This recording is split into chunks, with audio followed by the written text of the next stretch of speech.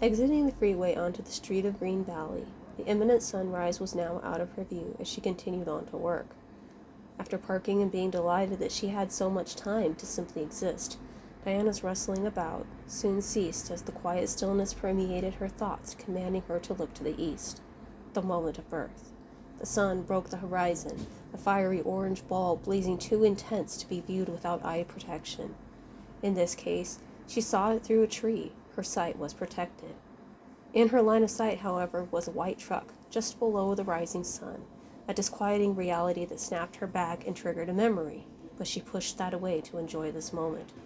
A moment outside of time. Soon the roads would be a bustle. This parking lot, relatively empty now, would soon be packed.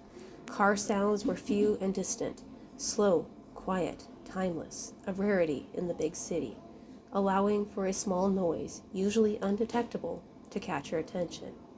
She shifted her gaze from the sunrise to an imposing messenger who seemed oblivious to her presence, her rustling about, her people sounds, as it ate its breakfast. A large hawk in the V of a tree. Third time the hawk has visited her in this way, bringing its morbid message of hope or destruction. A path would soon present itself, a V in the road, should she travel to the left or to the right. On one road, that looked nice and comfortable, lay death and ambush, and perpetual repetition of the life of poverty and never getting ahead, never conquering Caesar's world. On the other path, the one that seemed distasteful, lay a world of infinite possibilities where she was the hunter and Caesar's world was her prey. On one path, she was the prey transmuting life to death and simply plodding along.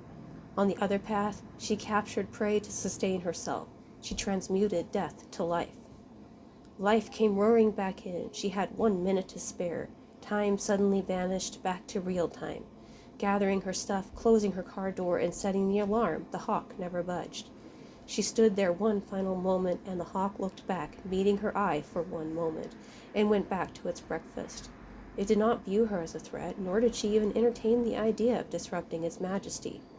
Remember, you know a lot about death. You have lived death. It is time to live and conquer Caesar's world. It took several days of pondering over the meaning of this magical encounter for Diana to finally conceptualize the meaning and understand the warning alongside the old warning. In this moment, in this hospital, people are being born and people are dying, but neither is celebrated. A moment outside of time, where time smashed together. It was time to live, but that path scared her, the path of continue.